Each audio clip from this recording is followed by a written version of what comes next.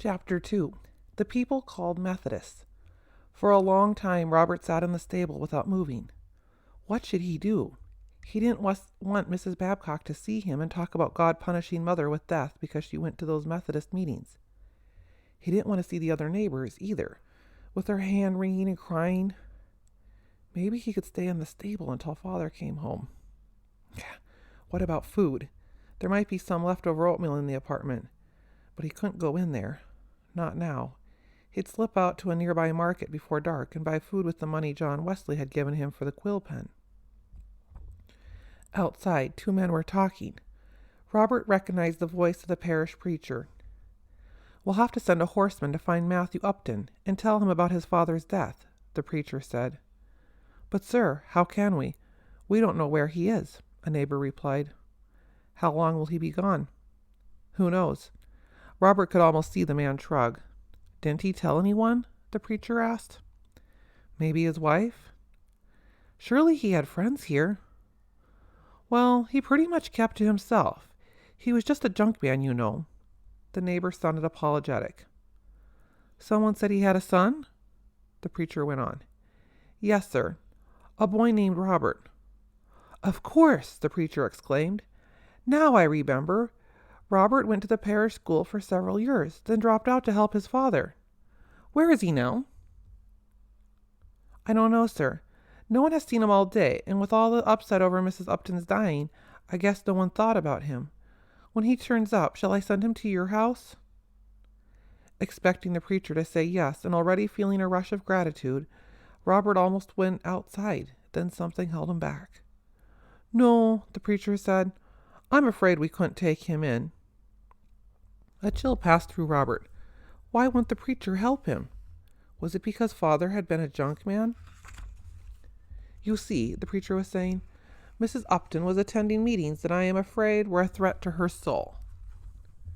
"I've heard some talk about that, sir, but perhaps Mrs. Upton was just a dissenter. They are within the law, I understand." "Mrs. Upton was worse than a dissenter. She was a Methodist." The loathing with which the preacher uttered the word Methodist made Robert squirm. The Methodists must be a terrible group, but if they were, why had Mother gone to their meetings?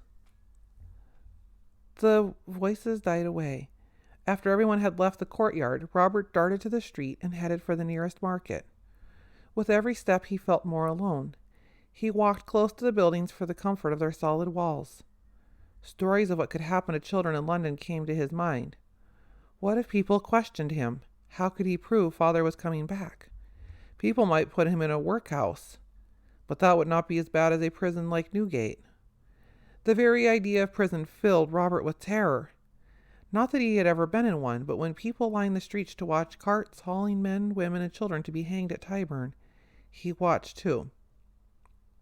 Of course, people had to be punished for doing wrong, but it was terrible to think of a child hanged because he had stolen a handkerchief, or a grown-up because he had stolen 40 pence.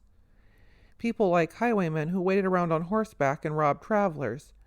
Maybe that was different. Or smugglers. Maybe they should be hanged. Robert tried to put the whole idea out of his mind. He had no intention of doing wrong.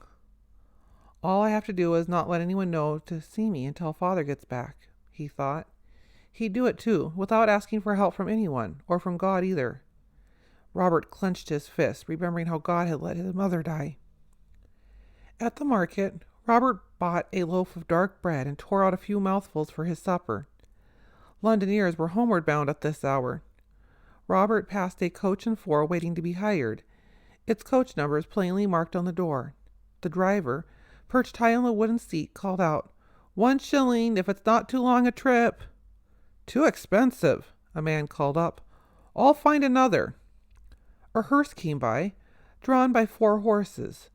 Robert stared at it in chilled fascination. There was something peculiar about the hearse. True, there were black curtains fluttering at the coach windows, and the driver was dressed in black. But why was he so nervous, bouncing on the high seat, looking over his shoulder constantly, with a scowl on his wind-burned face? 2 mourners followed the coach, one a woman holding an open Bible, and the other a boy. He looked familiar. David Elliot, The boy who had run away from death that afternoon. Why was he doing in a funeral procession, acting so calm? On second thought, Robert decided David was not actually calm. David kept looking over his shoulder, too, until the woman nudged him to face forward. The coach for hire edged away from the hearse. At the same time, a group of city officials on horseback faced both coaches from the other direction, ready to pass. The horses of both coaches shied, and the harnesses tangled. To Robert's surprise, the woman mourner ran to the driver's seat of the hearse and stepped up. She had on woman's breeches and a man's shoes. The woman was a man, but why? Robert wanted to ask David, but David had disappeared. "Let us through!" the official shouted. "We have the right-of-way!" A crowd gathered to watch. The driver in black jumped down and frantically untangled the harness. The man-woman held the reins. "Sirs, where is your respect? This is a hearse." A sailor called out from the crowd, "A dead body won't mind." "Get out of the way," an official ordered. "Sirs, be patient," the man-woman pleaded. Several sailors near Robert muttered among themselves. "There is something strange going on," one said. "Aye, you can say that again," a second replied. "Were you paid?" asked the first. "No," the driver said with an oath. "And I recognize the driver. He's the one who took the goods." "Well then, what are we waiting for?" With a shout, the group of sailors crowded around the hearse and began to rock it from side to side. "Look out! It's going to fall over!" the onlookers yelled. The crowd backed away and waited in silence. The hearse fell on its side away from the coach for hire. The coffin tumbled to the street and splintered open. Horrified cries filled the air, and then cries of amazement. There was no body in the coffin. Instead, parcels of all sizes rolled on the ground. "It's a smuggler!" someone exclaimed. And an even louder voice declared, "No, it isn't. It's a free trader." "Free trader! Free trader!" The call passed from person to person. The crowd surged forward, grabbing up packages and scrambling out of the way. The hearse driver wrung his hands, his wind-worn face even redder than before. "Sirs, please, these items have not been priced yet." But the London onlookers had already ripped open the package. "Tea, French lace, spirits from France." Those lucky enough to grab a package hurried away with their loot. But the officials grabbed the hearse driver and the man-woman. "Smugglers," an official said. "They'll feel the weight of the law." And he drew an imaginary noose about his neck. "But it's only free trading," someone in the crowd protested. "Everyone who has the chance does it." The officials marched the two men away, and Robert listened to the protests of the group who remained. One man tried to reason with the others. "It's against the English law to free trade. Everyone knows there's a tax on everything that comes from here from another shore." "Tax on imports isn't right," someone objected. "You must pay Caesar what he is due," the first man said. "What kind of talk is that? There's no one in England called Caesar. Now, if you mean King George—" "I mean King George. Caesar was just another name." "Well, it isn't right. Pay for something once, and that should be all. Taxes, taxes, taxes. They will be the death of England and all free trade." Loud laughter greeted this remark. Robert started home, tired out. He stayed close to the buildings again. At the doorway of a shop, he almost stumbled over David Elliott, sitting with his head down and knees up to his chin. "David?" Robert questioned in a shocked whisper. He had seen two different Davids that afternoon. One who had challenged Robert with cocksure defiance, and one who had run in fear from something he could not handle. The David here in the doorway sat shriveled in dejection. "I know how he feels," Robert thought. "Was that man your father?" he asked. David shook his head. "It was my uncle. I don't have a father." "Aren't you going to go home and tell your mother what happened?" "I don't have a mother." "Then you can stay with me," Robert blurted. David jumped up, his eyes sparkling. "We can stay in the apartment," Robert went on, but his words were drowned out by the rumble of a wagon on the street behind him. David's face blanched. He clutched Robert's arm. "We've got to hide." Robert looked back into the street. A wagon load of children headed their way. "Why do we have to hide? What's the matter?" David pulled Robert into a shadowed nook. "It's the mills. Their men pick up children from the streets, and they make them work until they die. But they're not going to catch us." The boys huddled in the shadows, hardly breathing. The wagon creaked to a halt not far away. "Cadwalder, how many do we have now?" Robert heard a man ask. "There are supposed to be 15, Cadwalder replied. "Supposed to be? Don't you know? Count them again," the first man ordered.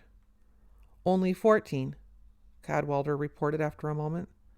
"Where's the other one now? Find out if he's here." "Who, sir?" Cadwalder asked.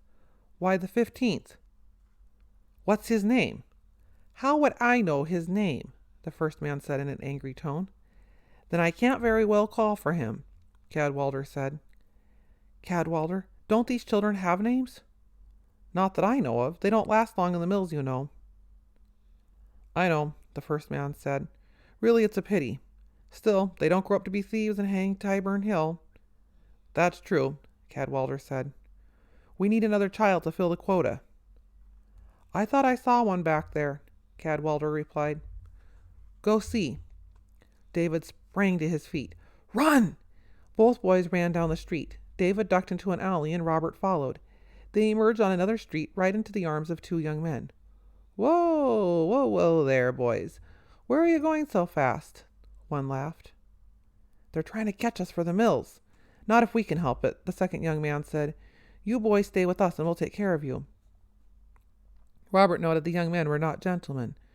Both were dressed in dark knee breeches and slightly flared waistcoats. Underneath their three-cornered hats they wore their own hair instead of a wig. "Where are your parents?" one of the young men asked.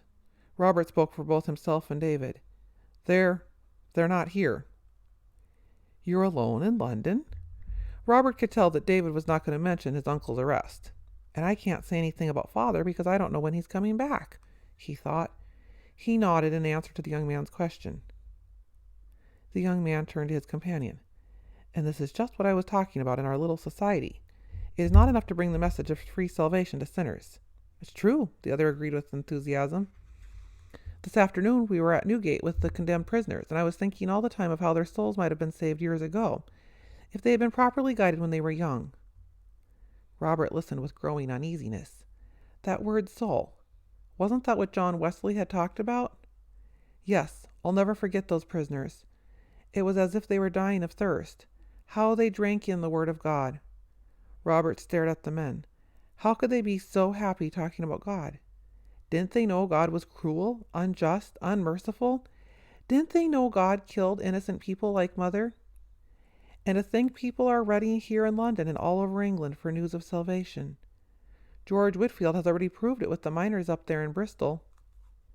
The first man patted Robert on the shoulder. "We can start right here in London with these two boys." "What are you going to do with us?" Robert asked in alarm. "We are hoping to gather together a group of boys like you two that we can train." "For the mills?" The young man smiled. "Certainly not. You will learn a trade so you can earn your own living. But more important, you will learn God's will for you." "But I don't want to learn God's will for me," Robert exclaimed. "Do you, David?"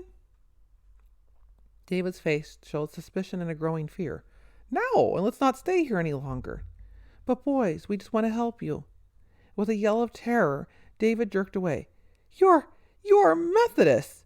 You are worse than the mills." He bolted down the street. Robert twisted away from the young men and followed David. The Methodists were not going to get either of them.